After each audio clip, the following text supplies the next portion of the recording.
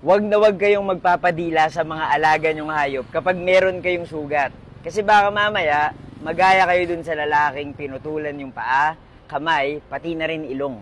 Story time. Hindi ako makapaniwala na sa simpleng dila ng aso at pusa, pwede kang maputulan ng parte ng katawan. At hindi ko to kinikwento para takutin kayo Naisip ko na magandang kwento to for awareness. Meron kasing isang lalaki na ang pangalan ay Greg at tinamaan siya ng Capnocytophaga canimorsus. Ako nga pala si Buji at mahilig ako mag-story time. Kung hindi pa ako fina-follow follow nyo na ako. Ang Capnocytophaga ay isang bakterya na kadalasang nakikita sa mga laway ng aso at pusa. Pero pwedeng ikamatay ng tao kapag napunta sa dugo niya. Sabi ng mga doktor, bihira lang naman daw ito makuha ng mga tao.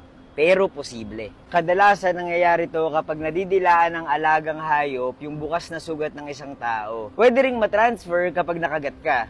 Iba pa to sa rabies So, ganoon yung nangyari kay Greg. Nilagnat siya, tapos nagsuka. At napansin niya na nagiging kulay pula at blue yung mukha niya. Maya-maya, nangingitim na yung buong katawan niya. Kaya pupunta siya sa ospital. At nakita na merong Capnocytophaga sa dugo niya. Ang sabi ng mga doktor, pwede raw magkaroon ng sepsis si Greg. Pero buti naman at naagapan ng antibiotic. Pero ang nangyari sa kanya, nagkaroon siya ng blood clot at nadali ang ilang parte ng katawan ni Greg. At dahil doon, kinailangan putulin yung kamay, paa at ilong ni Greg para lang mabuhay siya. Tinilaan ba ng aso o pusa si Greg? Sabi ng mga kamag-anak niya, hindi at wala raw siyang bukas na sugat noon.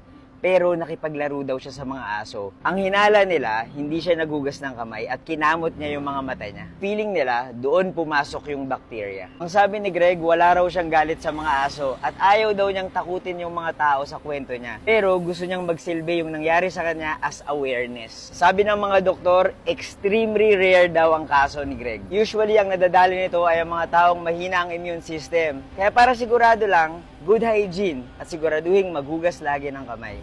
May aso